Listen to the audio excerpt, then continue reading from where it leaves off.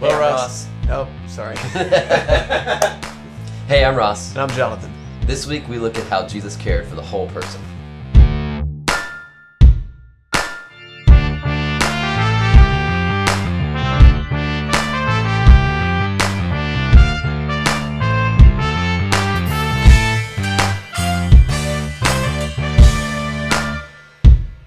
So, looking at how Jesus actually cared for people in his life, especially the last 3 years of his life, we don't see him just going around and, telling people you're forgiven and that God loves you.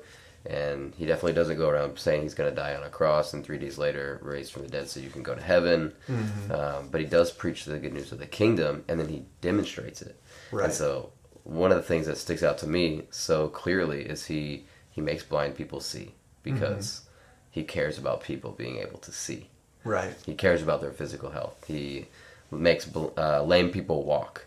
Right. He makes deaf people hear. He makes dead people live again. Right. And he goes around and he's doing these things that, we often call signs of the way things should be. Mm-hmm. But it's also because he actually cares about those individual people and their whole life experience, living it the way that God intended it to live, the way that the Father intended his children to live. Yeah, I think the physical miracles that he did are, a pretty easy representation of that to see. Yep. That he wasn't just healing those people spiritually, but it was physical. And that's like a very tangible and exciting aspect of his ministry.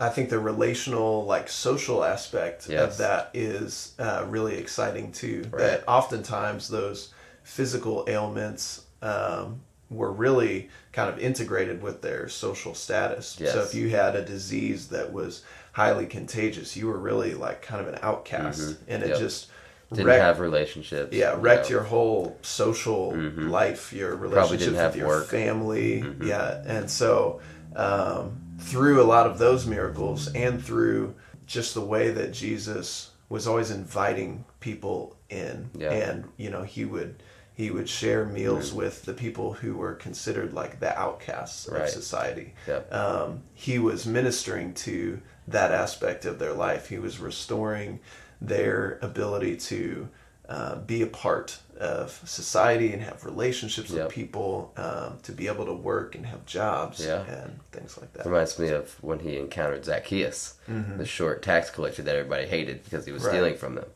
And he wants to go and hang out with Zacchaeus. It's like he's restoring a relational brokenness, a social thing there. And he says that today salvation has come to this house.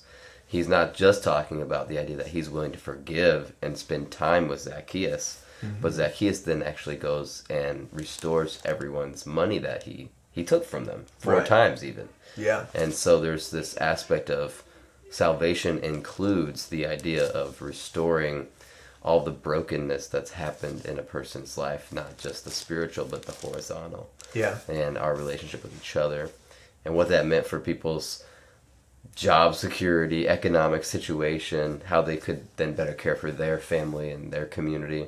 That was a really big deal. One of the guys we talk to a lot is Eric Swanson. He talks about how cities start to be transformed when individuals start loving God more and more and loving their neighbor more and more, which is the 2 commands that Jesus gave.